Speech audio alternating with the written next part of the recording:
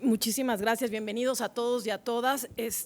Gracias por trasladarse desde donde están y después de escucharlos, pues no me queda más que reconocer que tienen muchísimas tareas y creo que aquí hay un falso dilema y tengo que decirlo. Se ha pretendido preguntar qué tenemos que hacer entre austeridad o autonomía. ¿Qué tenemos que hacer entre división del trabajo permanente versus concentración o intermitencia de los órganos? Y me parece que esas son dilemas que no encajan. Y voy a tratar de hablar desde lo local y ahí estarán mis preguntas.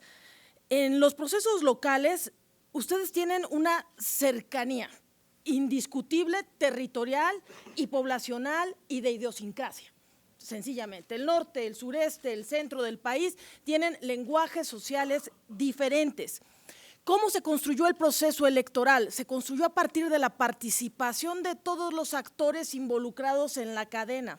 Por lo tanto, si la ciudadanía es la que va a contar, la ciudadanía va a ser la que esté en las casillas junto con ustedes, la que va a estar en los listados. Luego los consejos municipales van a ser gente de las poblaciones de ahí.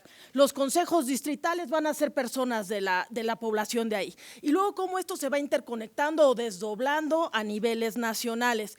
Si nosotros dejamos de hacernos estas preguntas, estamos perdiendo de vista la cadena, llamaré de custodia de la participación ciudadana y de las autoridades electorales involucradas. En el proceso electoral que se homologaron las elecciones federales y las elecciones locales, y esa es una de mis preguntas y me gustaría mucho saber su opinión, hubo para mí algo que desdibujó un poco las autoridades, las elecciones locales. ¿Y por qué? Porque entramos en un conflicto de coaliciones dinámicas. Ustedes supieron lo que ocurrió con elecciones locales donde se aceptaban coaliciones dinámicas, pero para la federal no. Y eso complicó la papelería electoral a niveles donde había 23 formas distintas de votar en una sola elección. También entramos a un tema de casilla única.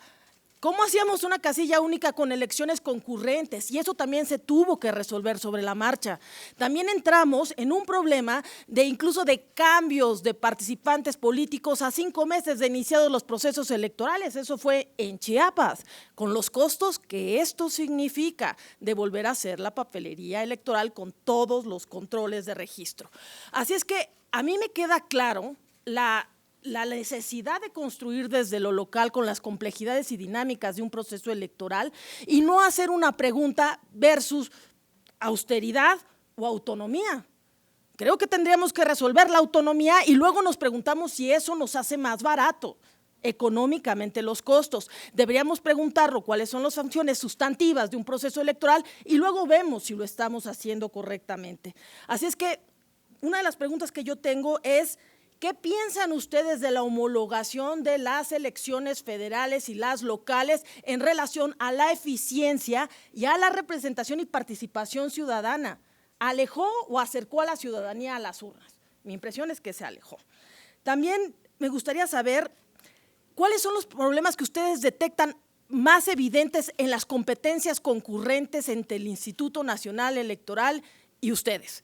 Porque a mí me parece que hay muchos escenarios donde ocurre que cuando dos son competentes, el balón cae en medio. Y luego nadie lo toma. Y no es porque nadie lo quiera tomar, es porque uno está asumiendo que lo tiene el otro. Y eso luego también tiene complicaciones de ir a hacer evaluaciones donde se acusa sin saber exactamente. Ahora, imagínense que además de todas estas labores propias de la jornada electoral, entendiendo, para mí, mal entendido, a la democracia nada más como la jornada electoral y no como un ciclo. ¿Ustedes qué pensarían de que pudiéramos trabajar en elementos objetivos presupuestales considerando la geografía, es decir, la orografía, ríos, montes, llanos, distancias, las vías de comunicación? También es un factor que influye, la cartografía electoral. Es muy diferente cuántos distritos tienen en niveles locales que federales. En la población, en la lista nominal, esos no serían factores que nos darían una mayor objetividad sobre la planeación presupuestal para efectos de dejarlos en las mejores condiciones y a lo mejor eso es austeridad. esa sería también una de las que me gustaría saber su punto de vista. Yo no me imagino lo que ustedes tienen que hacer, además de estar organizando la elección, contratando, licitando, preguntando, y además teniendo que litigar sus asuntos para la entrega de un presupuesto, no nada más la cantidad, la oportunidad. Es muy importante, el presupuesto puede estar autorizado, pero no se los entregan. Eso genera una tensión muy importante en ustedes. Y por último, también quisiera que profundizaran un poco en todo lo que he escuchado sobre la urna electrónica. Suiza, por ejemplo, es uno de los países que había mudado a la urna electrónica y después de varios problemas regresó a la papelería electoral. Y además quiero que también tal vez me puedan explicar, la urna electrónica no nos va a evitar ir a las comunidades más alejadas. ¿Eso acercará a la ciudadanía o la va a alejar más de los procesos electorales? La papelería electoral se llena en ese momento por la propia ciudadanía y se le entrega una copia a cada quien. ¿Lo podemos hacer electrónico? Sí, pero eso no nos va a quitar ir.